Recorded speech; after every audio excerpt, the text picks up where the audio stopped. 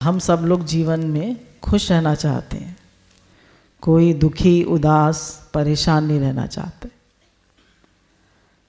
पर इस जीवन यात्रा में हम किसका सहारा लेते हैं? भगवान का या संसार का? भगवान का। अगर भगवान का सहारा लेंगे तो आप कहेंगे, गर्ज न मुझे और सहारों की, एक तेरा सहारा काफ़ी है। बन बन के सहारे टूटते हैं, एक तेरा सहारा काफ़ी।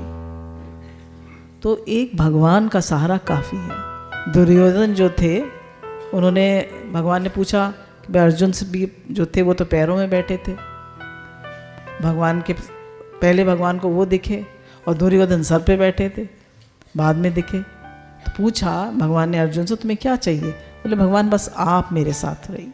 भगवान ने कहा, मैं निहत्था रहूँगा, मेरे पास कुछ अस्त्र शस्त्र नहीं होंगे। उन्होंने कहा, कोई बात नहीं, भगवान आप हैं तो सब है। जहाँ भगवान है वहाँ विजय, श्री, सुख, संपत्ति सब आती है। फिर दुर्योधन की बारी आई। उसने क्या मांगा? उसने कहा, मैं 18 अक्षौणी सेना थी भगवान की, मैं वो सेना लूँगा। भगवान ने कहा, ठीक है, तुम वो ले लो। जीत किसकी हुई? अर्जुन की हुई, जहाँ भगवान थे।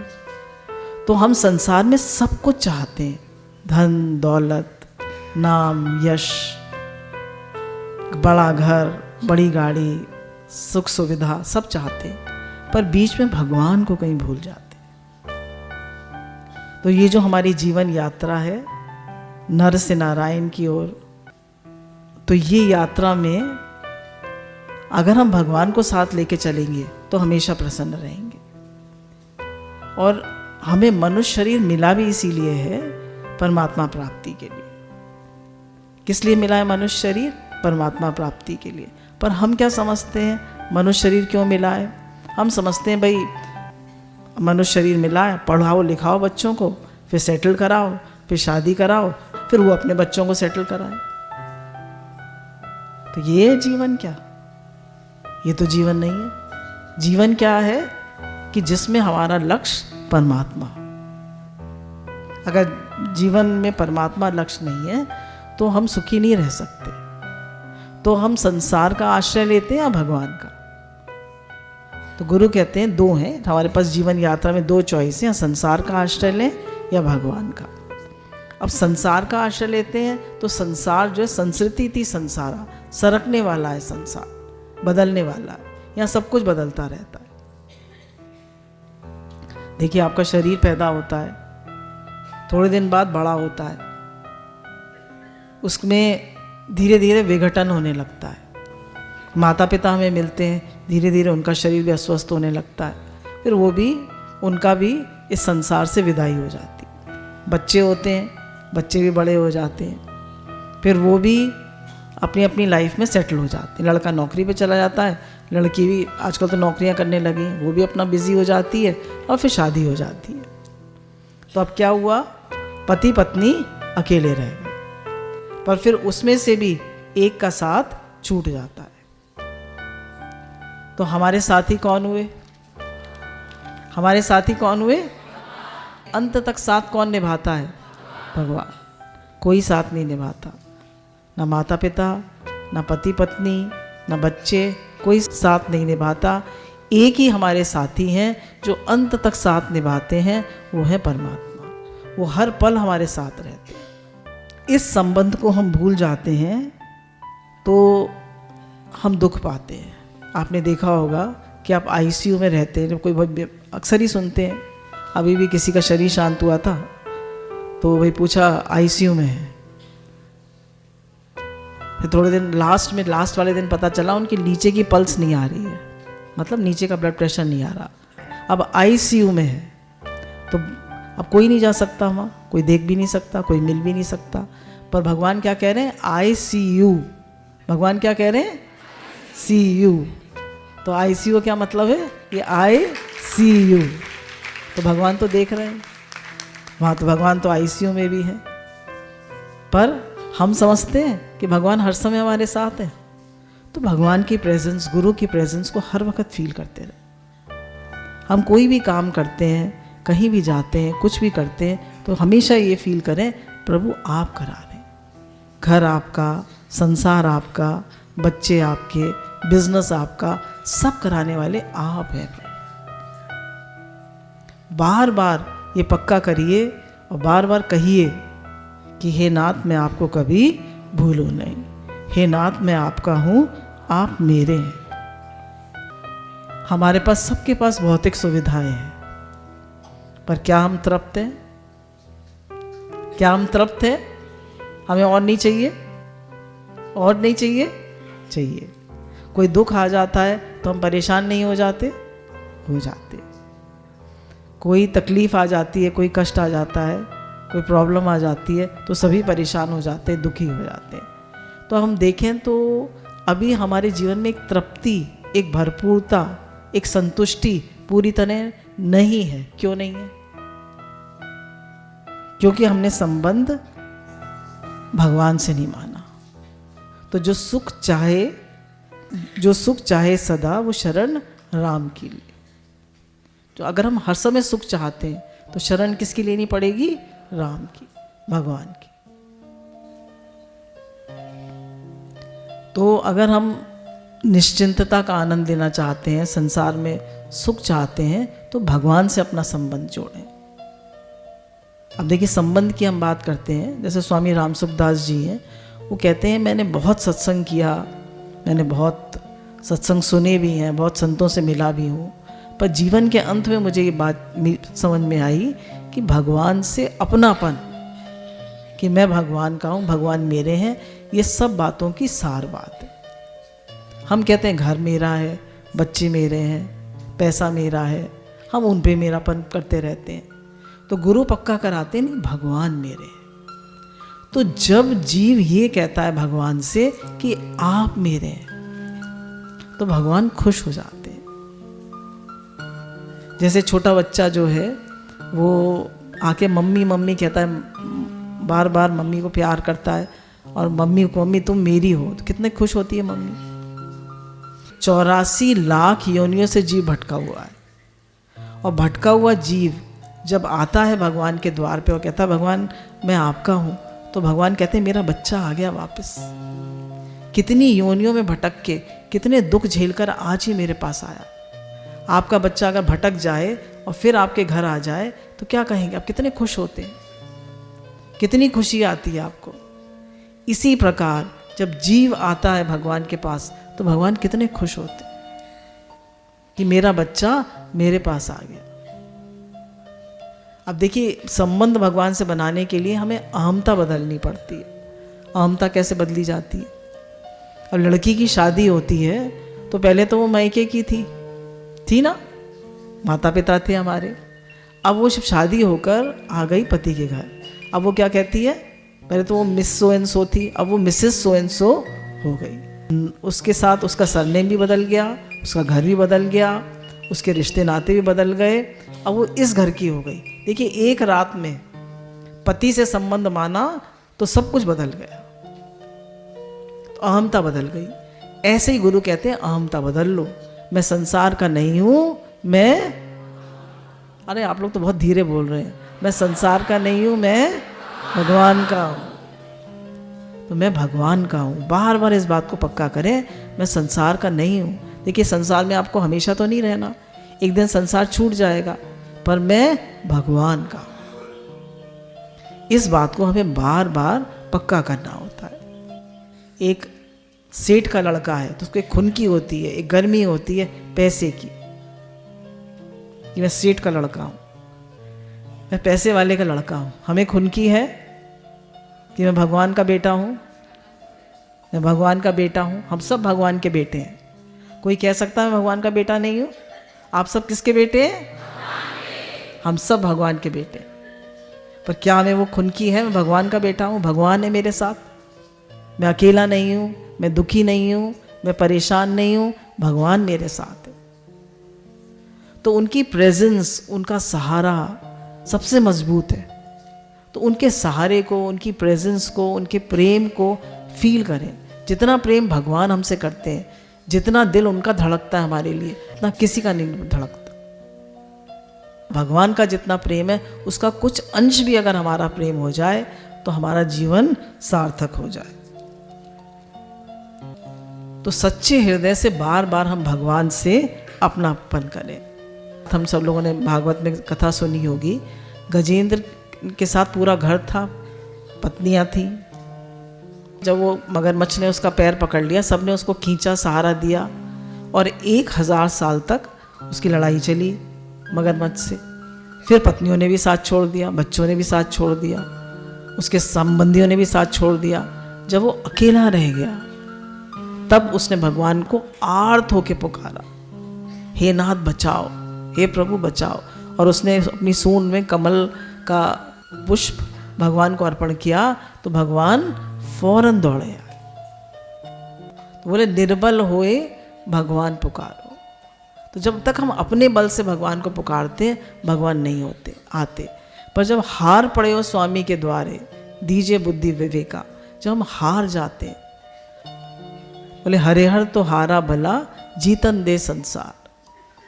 तो जो हरिहर है, भगवान का जो भक्त है, वो तो हारा भला है, वो तो नीवा होके रहता है, वो तो हार के रहता है, भगवान की शरण रहता है कि भगवान आप कराओ, आपकी कृपा से हो रहा है, मेरी कोई शक्ति सामर्थ्य नहीं। जैसे एक बार हम लोग कर्णवास गए थे, जहाँ पे उड़िया बाबा जी रहे थे। तो वहाँ पे एक बहुत वृद्ध महात्मा थे, 80-90 साल के होंगे, उन्हें कैंसर हो गया था। तो हम लोग उनसे मिले, तो हमने उनसे कहा कि आप अपना कुछ अनुभव बताइए जीवन का। तो उस समय उनको कैंसर था। तो उन्होंने कहा कि बस एक ही मेरा वो है अनुभव जीवन का, शरणागति। तब हम लोग ब्रह्म ज्ञान चलता था, तो हमने कहा कुछ ब्रह्म की बात तो बताई नहीं, इन्होंने बताया शरणागति। तो सच्ची बात है, जीवन में अंत में शरणागति ही काम आती कि भगवान मैं आपका हूँ, आप ही इस जीवन को चलाएंगे, आप ही मुझे चलाएंगे, आप ही मेरा सहारा है। तो संबंध हम भगवान से माने। अब संसार के हमें इतने लोग मिले, उनके साथ क्या करें? बोले उनके साथ सेवा करिए, सबकी, सबके साथ प्रेम से रहिए, पर अंदर से दिल से मानिए भगवान मैं आपका हूँ, आप मेरे। क्योंकि संसार वालों से संबंध मानेंगे तो क्षण क्षण में दुखी सुखी होंगे, और भगवान से संबंध मानेंगे तो हमेशा प्रसन्न रहेंगे। जरा कोई बात हुई, आप दृष्टि भगवान की तरफ कर लीजिए। संसार तो परिवर्तनशील है, कुछ कुछ होता ही रहता है। भागवत के 15वें अध्याय में भगवान कहते हैं कि ये संसार जो है उल्टा पीपल का वृक्ष है। अब हम संसार को अगर देखें तो उसमें पेड़ कैसे होते हैं? पेड़ में नीचे जड़ होती है और ऊपर पत्तियां होती हैं, ठीक है, ऐसे ही होता है ना। पेड़ कैसा होता है? नीचे जड़ ऊपर पत्तियां। पर संसार रूपी वृक्ष है, इसमें जड़ ऊपर है और पत्तियां नीचे हैं। अगर हम परमात्मा से जुड़ेंगे तो हम जड़ को सींच रहे हैं, और हम क्या करते हैं? सब पत्तियों को सींचते रहते हैं। आप जब पेड़ को पल्लवित करना होता है तो किसको सींचते हैं? जड़ को या पत्तियों को? जड़ को। और संसारी रूपी वृक्ष की जड़ कहाँ है? ऊपर, और पत्तियां नीचे, उल्टा है। तो हमें क्या करना है? भगवान से संबंध मानना, उनसे प्रेम करना है, और सबसे भी सबको भगवान का मानकर प्रेम करना है कि भगवान ये सब आपके हैं, बच्चे आपके, घर आपका, बिजनेस आपका, ये सब ये जो उन्होंने बनाया है, शादी गृह ये आपका, सब कुछ कराने वाले आप, सब आपकी कृपा से हो रहा। हमने कह तो दिया भगवान मैं आपका हूँ, आप मेरे हैं, पर हम चाहते हैं भगवान भी कहे कि तुम मेरे। चाहते ही नहीं चाहते? हम सब चाहते हैं कि भगवान भी कहें कि तुम मेरे हो। अब इसके लिए पहले सबसे पहली ज़रूरत है कि हम भगवान से अपना संबंध माने, है ना। ऐसे ऐसे होता है ना, जब शादी होती है तो लड़का लड़की का हाथ ऐसे दिखाते हैं ना, ऐसे ही हाथ ऊपर भगवान का, नीचे हमारा। तो भगवान से हमने संबंध मान लिया। अब कह रहे सबसे पहले नाम जप करते रहिए, नाम जप करते रहिए ताकि भगवान की याद बनी रहे, हमें उस संबंध की याद बराबर बनी रहे कि मैं भगवान का हूं, भगवान मेरे। नाम जप से क्या होता है? एक स्मृति बनी रहती है एक याद बनी रहती है। कलयुग में सबसे इम्पोर्टेंट है नाम जप। कलयुग केवल नाम आधारा, सुमिर सुमिर नर उतरई पारा। तो कलयुग में कहा कि पार उतरने के लिए सबसे इम्पोर्टेंट है नाम जप। अब कलयुग में देखिए, चाहे भगवान का साकार रूप हो चाहे निराकार रूप प्रकट है। भगवान कृष्ण का, भगवान राम का इस समय साकार रूप प्रकट है या नहीं? नहीं है, पर आपको दिखाई दे रहा है? नहीं। पर उनकी एक चीज़ प्रकट है, वो क्या है? नाम। नाम भगवान का प्रकट है या नहीं? तो उसी का हमें आधार लेना पड़ेगा। और तो कुछ प्रकट है नहीं भगवान का, पर नाम प्रकट है। तो नाम का हम आधार लेकर, अब जैसे देखिए, मानिए आप इतने सारे लोग बैठे हैं, हम किसी को नाम से बुलाएं, हमें नहीं दिख रहा वो, पर हम उसको नाम से बुलाएं तो उठ के खड़ा हो जाएगा या नहीं? तो ऐसे ही जब भगवान को नाम से बुलाते हैं तो भगवान एकदम प्रकट हो जाते हैं। भगवान एकदम प्रकट हो जाते हैं और कहते हैं मैं हूं ना तुम्हारे साथ। भगवान बड़े खुश होते हैं। हम किसी का भी नाम बार बार बुलाएं, बार बार बुलाएं, तो हमको लगता है ना उसका मुझसे प्रेम है। तो ऐसे ही जब भगवान का नाम बार बार बुलाते हैं, प्रेम से बुलाते हैं, स्नेह से बुलाते हैं, द्रवित हृदय से बुलाते हैं, तो भगवान प्रसन्न होते हैं। भगवान कहते हैं जो मेरा नाम कृष्ण कृष्ण कलयुग में जो लेता है तो उसको करोड़ों यज्ञों का फल मिलता है, उसको अनेकों तीर्थ करने का फल मिलता है। अब देखिए, हम सब लोग रामायण जानते हैं, सीता जी चोरी हो गई, अब उनको ढूंढने जाना था, तो ये काम दिया गया हनुमान जी को। तो हनुमान जी को समुद्र पार करना था, तो उन्होंने क्या करा, अपने मुख में राम नाम की मुद्रिका रखी।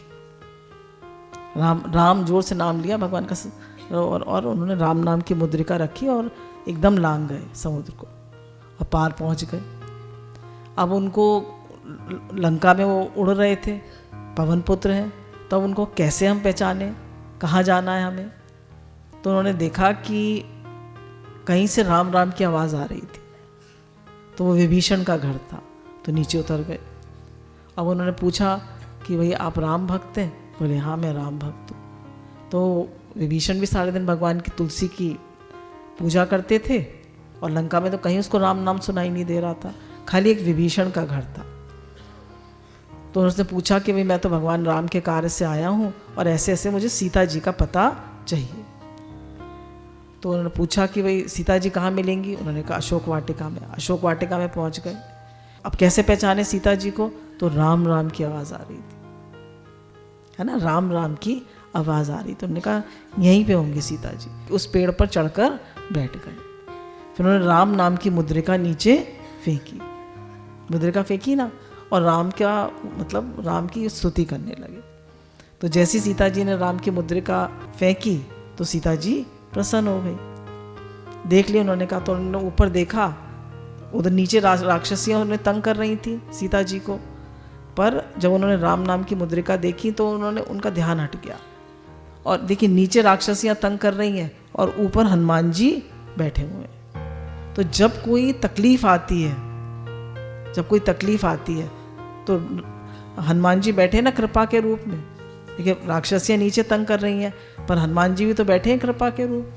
तो जब कोई तकलीफ आती है तो साथ में भगवान की कृपा भी होती। अकेली तकलीफ नहीं आती है, पर हमारी दृष्टि किस पर होती है? हमारी दृष्टि कृपा पे होती है, कृपा पे नहीं होती है। तो देखिए पूरी जगह भगवान का नाम ही चला। तो ऐसे ही हर जगह भगवान का नाम है। अब हम सब लोग उनका दृष्टांत जानते हैं, जनाबाई का। जनाबाई जो थी वो उनके जो थे गुरु नामदेव थे, वो हर समय राम नाम रटती रहती, नहीं विठल विठल रटती रहती। तो उनको उनके गुरुजी ने बताया था कि जब कोई सेवा करता है तो उसके पीछे पीछे विठल चलते हैं। विठल भगवान कृष्ण को कहते हैं, उसके पीछे पीछे विठल चलते हैं। अब एक दिन क्या हुआ कि नामदेव जी का बहुत बड़ा कार्यक्रम था, तो पीछे पीछे उनको ऐसा हमेशा एहसास होता था नामदेव जी को कि भगवान मेरे साथ है। तो उनको काफ़ी देर हो गई जनाबाई को, तो जल्दी जल्दी भागी भागी वो गई। आई नामदेव जी क्या जल्दी जल्दी काम किया, कपड़े धोने थे, नदी पे गई। जब नदी पे जाने लगी तो उनको लगा बहुत देर हो गई, कैसे करूँ। तो एक बूढ़ी माई आती है और कहती है कि बेटा तुम कहाँ भागी जा रही हो, कुछ परेशान सी लग रही हो, लाओ तुम्हारे कपड़े मैं धो देती हूँ। और वो कपड़े ले लेती हैं और उनका काम करने लगती है। फिर थोड़ी देर बाद वो भी काम निपटा के आती हैं और देखती है काफ़ी कपड़े धुले हुए, थोड़े से रह गए। तो कहती है माँ आपने तो बहुत साफ कपड़े धोए। वो नहीं बेटा सब ठाकुर जी कराते हैं। और वो कहते चले गए, पीछे मुड़ के देखती हैं, एकदम उनका मन द्रवित हो जाता है, वो तो गायब हो गए। कौन आए थे?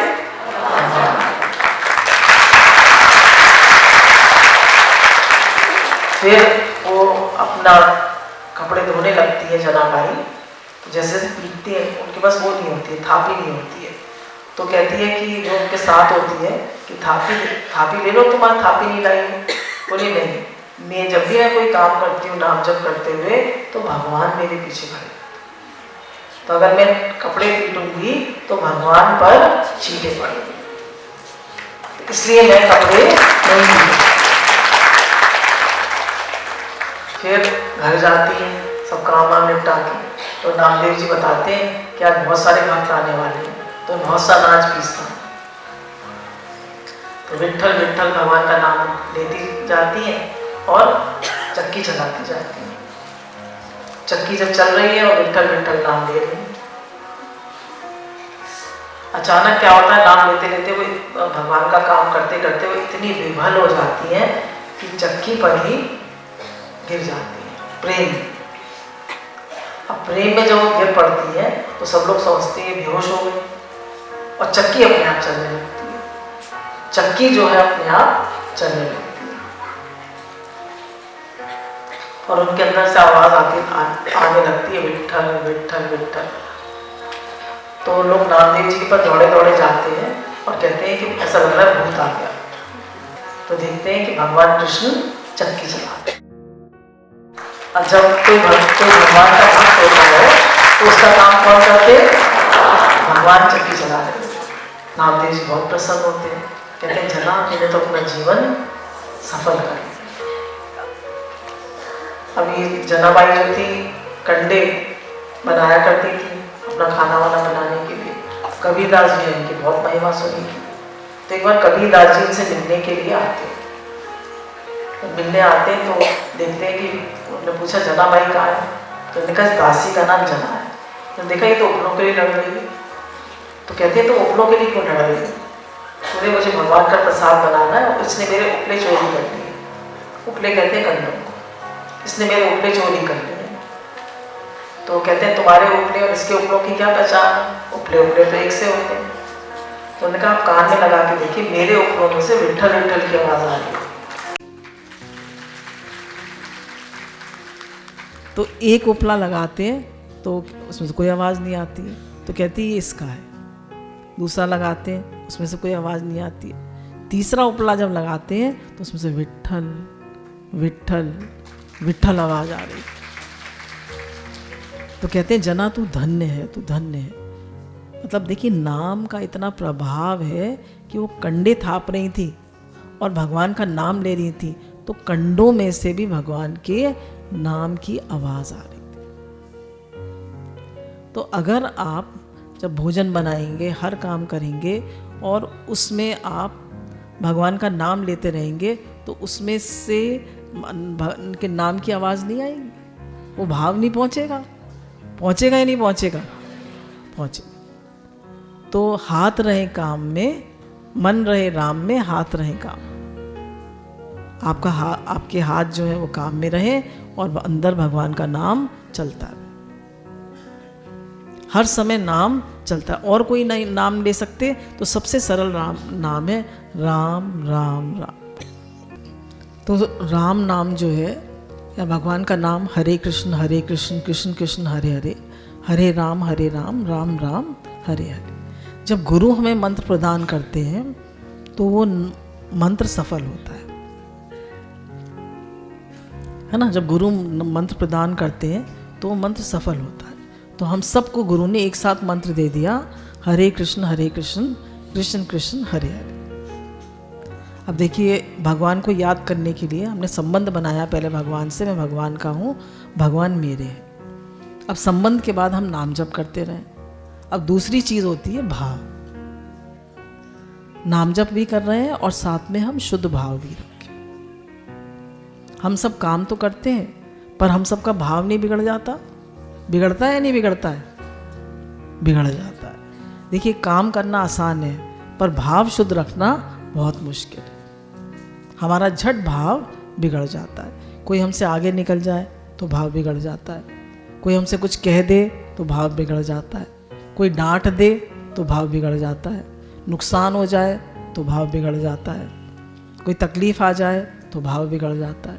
भाव झट बिगड़ जाता है। तो गुरु कहते हैं कि जब भगवान तुम्हारे साथ है, भगवान का नाम ले रहे हो, तो साथ में भाव की भी रक्षा करो कि सर्वत्र भगवान है, भगवान मेरे साथ है, संसार भगवान का है, भगवान संभाल कर रहे हैं। और किसी के प्रति भी अशुद्ध भाव मत रखो, किसी के लिए भी गलत भाव मत रखो। सबके प्रति शुद्ध भाव रखो, प्रेम का भाव रखो। अब भाव जब हमारा बिगड़ता है तो मन खराब हो जाता है, मन में द्वेष आ जाता है, प्रेम चला जाता है, मन में दोष दृष्टि आ जाती है, ब्लेम कंप्लेन आ जाती है। और गुरु कहते हैं जब शुद्ध भाव होता है तो आप हर समय खुश रहते हैं, आप प्रेम में रहते हैं। आप देखिएगा कि अगर आपके मन में कहीं द्वेष आ जाता है तो आपका कितना खराब भाव हो जाता है, और जब प्रेम होता है तो आप कितने खुश रहते हैं। कब दोनों अपने मन को चेक करिएगा। जब कभी द्वेष आया, मन में कंपैरिजन आई, जेलसी आई, तो आपका मन कितना खराब हो जाता है। और जब प्रेम का भाव होता है तो आप कितने खुश रहते हैं। तो हमेशा प्रेम का शुद्ध भाव रखिए।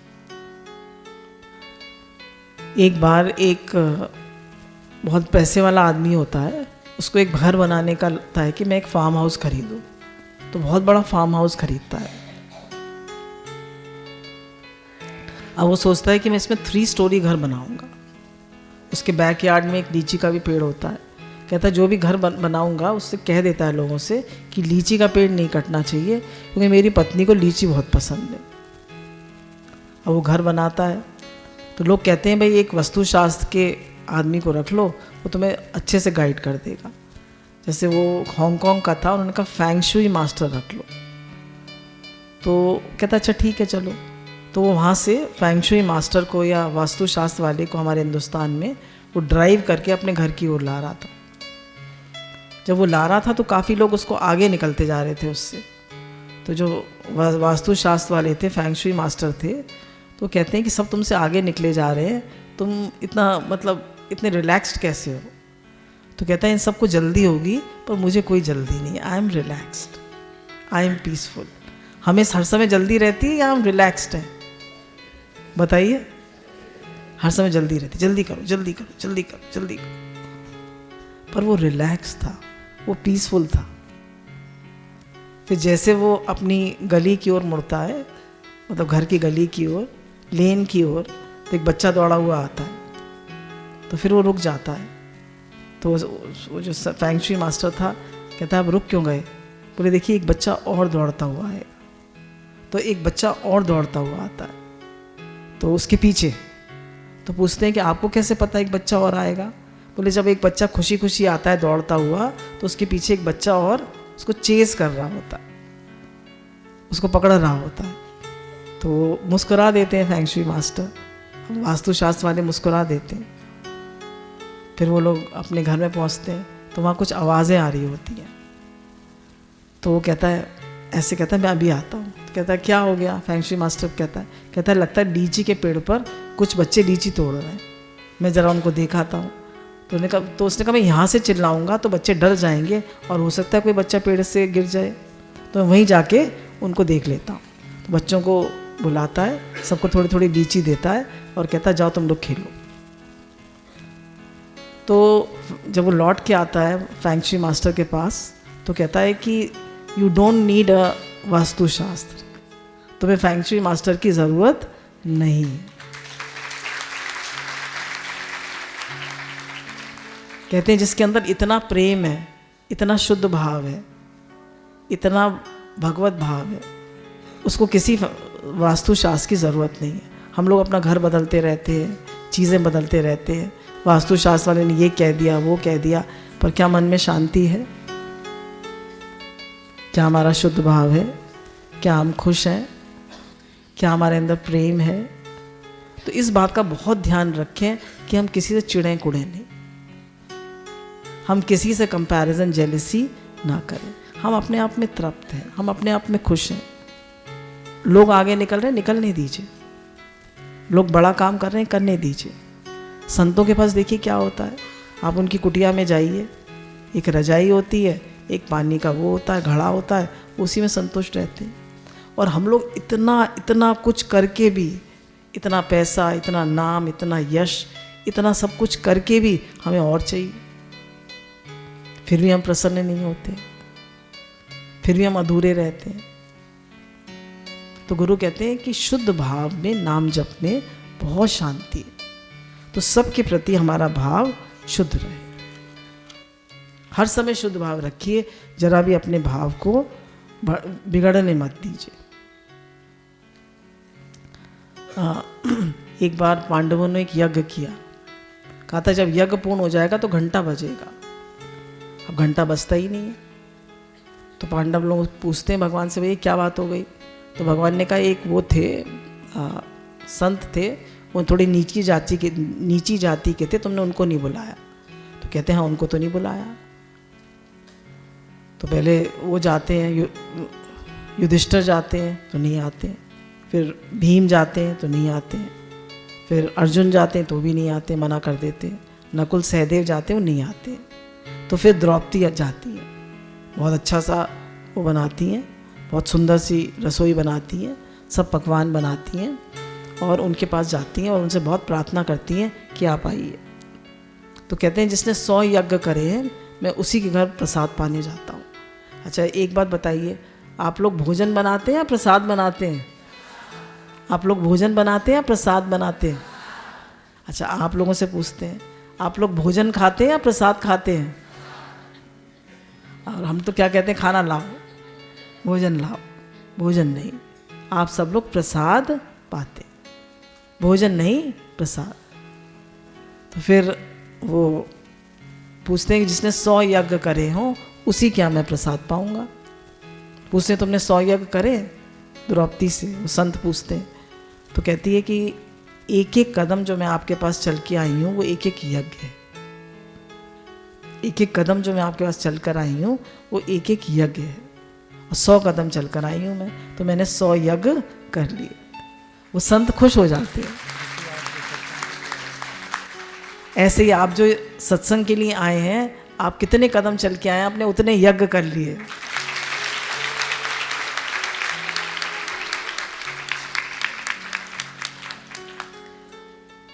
तो बहुत खुश हो जाते हैं संत। उनके यहाँ भोजन करने जाते हैं, प्रसाद पाने जाते हैं। तो प्रसाद पाने जब जाते हैं तो प्रसाद उन्होंने क्या करा, सारा प्रसाद एक साथ मिला दिया ऐसे करके, और ऐसे करके पाने लगे। तो द्रौपदी सोचती मैंने इतने पकवान बनाए थे, रसमलाई भी थी, और क्या कहते हैं दही बड़ा भी था, पनीर भी था, छोले भी थे, मिक्स्ड वेज भी थी, सब था। इन्होंने तो सारा ही गड्ढम सड्डम करके खा रहे हैं, इन्हें तो किसी चीज़ का स्वाद ही नहीं आएगा। तो उनका एकदम भाव बिगड़ जाता है कि मैंने बेकारी इतनी मेहनत करी। तो जैसे ही उनका भाव बिगड़ता है तो संत तो पा लेते हैं, पर घंटा नहीं बजता, घंटा नहीं बजता है। क्यों? क्योंकि द्रौपदी का भाव बिगड़ गया कि इनको खाना नहीं आता। हमारा भाव बिगड़ता है या नहीं? हमने जब बहुत प्रेम से भोजन बनाया और किसी ने तारीफ नहीं करी, किसी ने खुश होके नहीं खाया, तो हमारा भाव बिगड़ता है या नहीं? बिगड़ जाता है। तो कितनी बार चेक करिए, कितनी बार हमारा बार बार भाव बिगड़ता। तो हम सब चेक करेंगे कि भाव न बिगड़े। तो भगवान ने कहा गीता में कि पत्थर की मूर्ति में तो हम सब भगवान को देखते हैं, पर इन मनुष्यों में नहीं देखते। पत्थर की मूर्ति मनुष्य ने बनाई, उसमें तो हम भगवान देख लेते हैं, पर जो मूर्तियां भगवान ने बनाई हैं उनमें हम भगवान नहीं देख पाते। तो सब में भगवत भाव रहे कि है ही भगवान, है ही भगवान, है ही भगवान, है ही भगवान।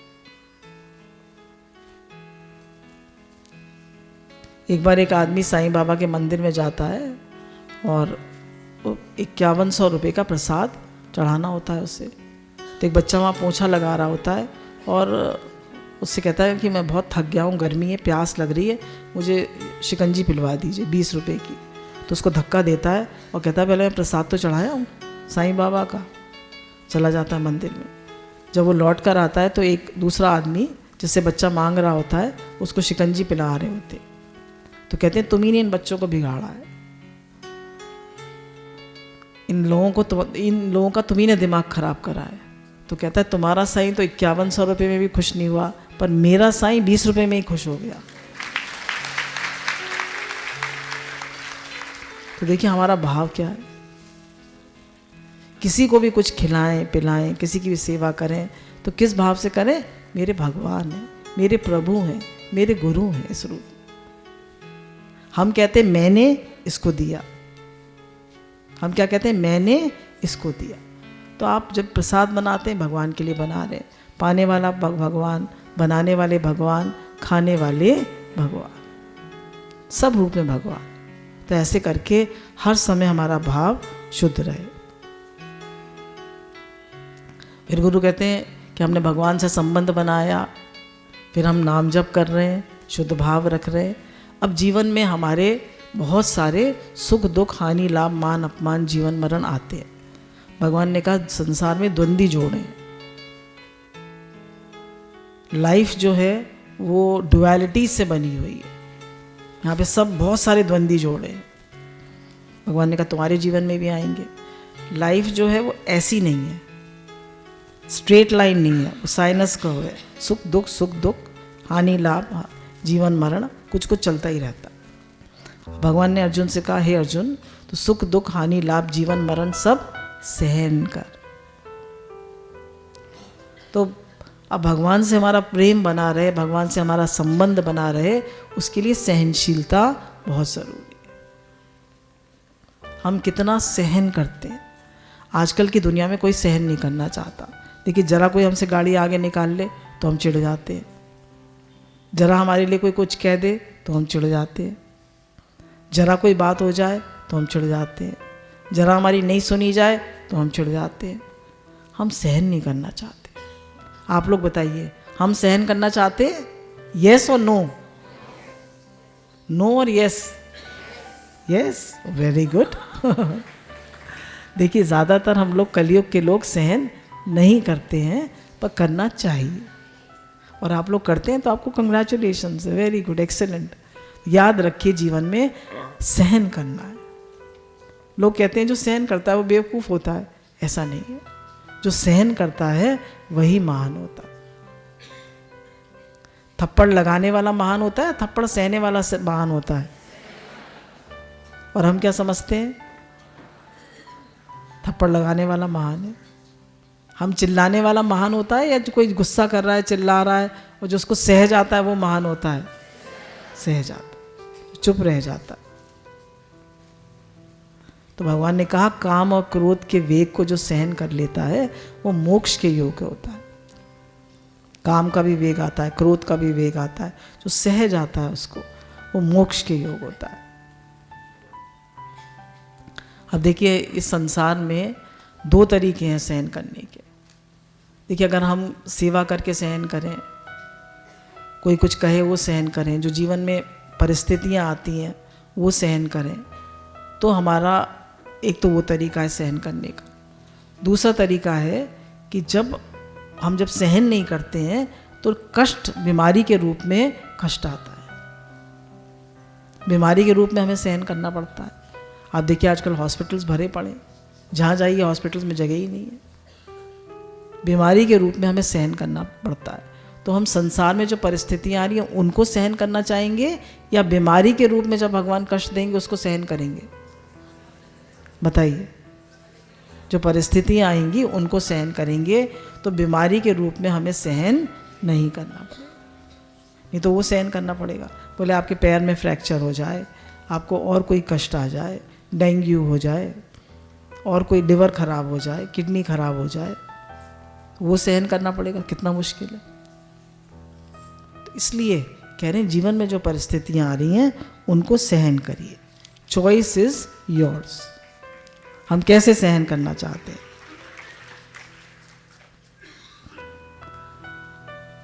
अब एक बार एक व्यक्ति था, तो उसके एक पुत्र था, तो वो अपनी डेथ बेड पे था, अपने मतलब मरने वाला था।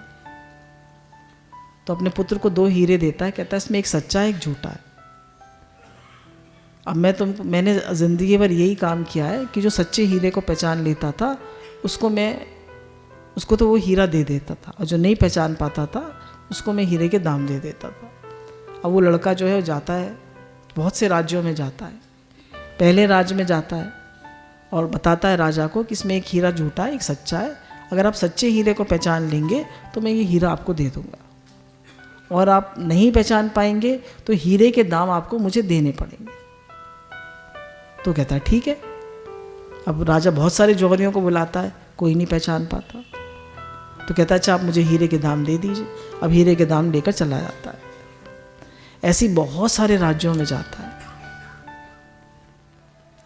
पर किसी भी राज्य में कोई भी उसके हीरे को पहचान नहीं पाता है। जब वो लौट रहा होता है तो पालकियों में भर के धन ला रहा होता है। पहले तो सोने की चांदी की मोहरें मिलती थी, ला रहा होता है बड़ा खुश कि मेरे पास हीरा भी है और मुझे को इतना धन भी मिल गया। जब रास्ते में लौट रहा था तो एक राज पड़ता है, छोटा सा राज होता है, जाड़ों के दिन थे, धूप में दरबार लगा हुआ था। तो राजा से कहता है चलो इसको भी ट्राई कर लेता हूँ। तो राजा से पूछता है कि राजा साहब ये मेरे पास 2 हीरे हैं, एक सच्चा है एक झूठा है। जो हीरा अगर आप लोग सच्चा हीरा पहचान लेंगे तो मैं आपके राजकोष में जमा कर दूंगा, और आप नहीं पहचान पाएंगे तो इसकी कीमत आपको मुझे देनी पड़ेगी। राजा कहते हैं ठीक है। अब कहते हैं भाई हमारा दरबार तो धूप में लगा हुआ है, धूप में रख दो। धूप में रख देता है वो हीरा, सब लोग देखते हैं, जौहरी लोग आते हैं, कोई नहीं पहचान पाता।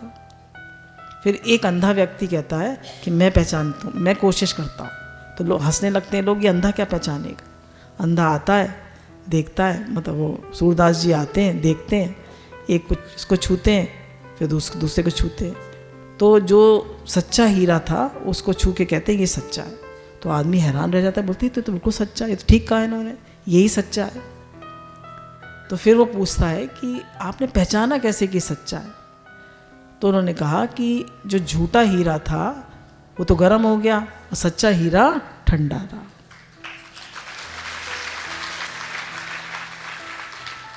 अब हमारे जीवन में जब परिस्थिति आती है तो हम ठंडे रहते हैं या गर्म हो जाते हैं।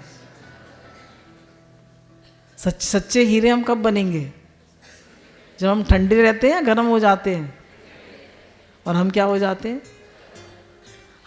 हैं, गर्म या ठंडे, गर्म हो जाते हैं। कोई कुछ कहता है तो गर्म हो जाते हैं, कोई बात होती है तो गर्म हो जाते हैं। तो उन्होंने कहा जो शांत रहे, जो ठंडा रहे, वो ही सच्चा हीरा है। Under pressure diamond becomes coal becomes a diamond. Under pressure, जब प्रेशर कोई झेलता है, सहन करता है, तो वो हीरा बन जाता है। तो क्या हम हीरा बनने को तैयार हैं? तो गुरु हमको हीरा बनाते। अब इसके बाद आता है, पहले हमारा आया भाई भगवान से संबंध बनाइए, नाम जप करिए, भाव शुद्ध रखिए, सहन करिए। फिर लास्ट में आता है तप। हमारे जीवन में तप होना चाहिए, सहनशीलता भी तप है। अब भगवान ने गीता में कहा कि देखिए तप के लिए पहले भगवान ने क्या कहा। जब भगवान ने ये सृष्टि उत्पन्न करी, वो विराट रूप में उसमें लेटे हुए थे जल में, तो उनकी नाभि में से कमल निकला। कमल पर ब्रह्मा जी उत्पन्न हो गए। अब ब्रह्मा जी को समझ में नहीं आया क्या करूं, मैं कहाँ से उत्पन्न हुआ हूँ, क्या है। तो उनको आवाज़ आई तप तप तप। तो ब्रह्मा जी ने 1000 वर्ष तप किया। फिर भगवान प्रकट हुए और उन्होंने कहा तुम्हें सृष्टि की रचना करनी। तो हमारी सृष्टि की रचना किससे शुरू हुई? तप से, तप से शुरू हुई। तो हमारे जीवन में भी तप होना चाहिए। भगवान ने गीता में 3 प्रकार के तप बताए हैं, शरीर का तप, मन का तप और वाणी का तप। अब शरीर का तप क्या है? शरीर का तप है कि हम शरीर को सरल रखें। आजकल देखिए कॉस्मेटिक इंडस्ट्री और गारमेंट इंडस्ट्री और जितनी भी आपके ये सब जिम हैं और दुनिया भर की चीज़ें, सब शरीर के लिए।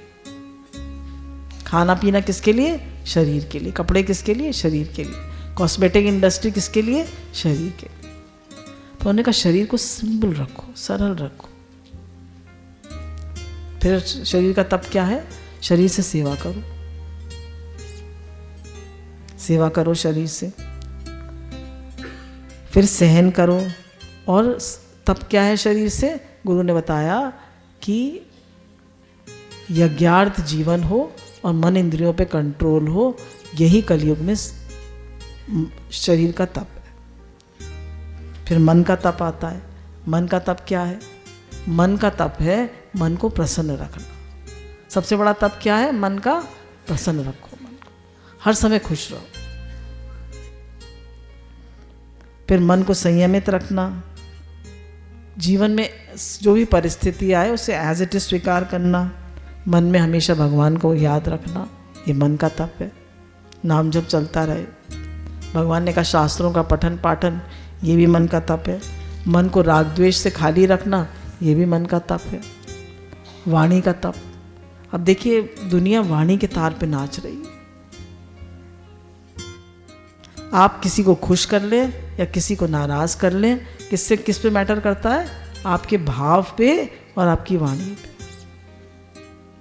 बोलत बोलत भय विकारा, बिन बोलत भय जय जयकारा। वचन संभाल बोलिए, वचन के हाथ ना पाओ। एक वचन औषधि करे और एक करे है घाव। हम अपनी वाणी से ही दूसरे को नाराज करते थे। कैसे बोलते हैं? सब शब्दों का खेल है और भाव का खेल है। एक आदमी, एक लेडी होती है, सारे दिन का घर में काम करती है पर उससे कोई खुश नहीं होता। और एक होती है ज़्यादा काम तो नहीं करती है पर उसका भाव इतना अच्छा होता है, बोलती इतना अच्छा है कि सब उससे खुश रहते हैं। आप कैसे? हम कैसे? तो गुरु कहते हैं इसलिए बहुत संभल के बोलिए। एक है, मैं उनको जानती हूँ, तो वो करोड़पति घर की बहू है। करोड़पति क्या, वो अरबपति लोग हैं, उनके घर की बहू है। अब उनको बोलना नहीं आता, तो सास भी नाराज, पति भी नाराज, सब नाराज रहते हैं उनसे। तो बहुत कोशिश करती हैं, तो धीरे धीरे चेंज हो रही है। पर देखिए एक जो प्रेम से बोलता है वो सबको अपना बना लेता है। बोले मिश्री नहीं दे सकते, मिश्री की बात तो कह सकते हैं। तो गुरु कहते हैं हमेशा प्रेम से बोलो, स्वीट बोलो, अच्छा बोलो, कभी भी कड़वा मत बोलो। ऐसा बोलो कि सबका दिल खुश हो जाए, सब तुम्हारे पास आना चाहे, सब तुमसे बात करना चाहे, सब तुमसे मिलना चाहे। हम ऐसे हैं। तो कह रहे हैं किसी को अपशब्द मत बोलो, सत और हितकर वचन बोलो, चुगली मत करो, जैसा समय हो वैसी वाणी बोलो। तो हमेशा अपने वचनों में हम स्वीट रहें, प्रेमी रहें। तो हमने ये इतनी सारी बातें समझी कि हमारा संबंध भगवान से बना रहे और साथ में हम इन सब बातों का ध्यान रखें। तो हम यही कहेंगे भगवान से, आप कृपा को आसरो, आप कृपा का जोर, आप बिन दिखे नहीं तीन लोक में कोई और। तो सारी कृपा, सारे शुक्राने गुरु भगवान के हैं, भगवान के हैं, और आप सभी आने वालों के बहुत बहुत शुक्राने।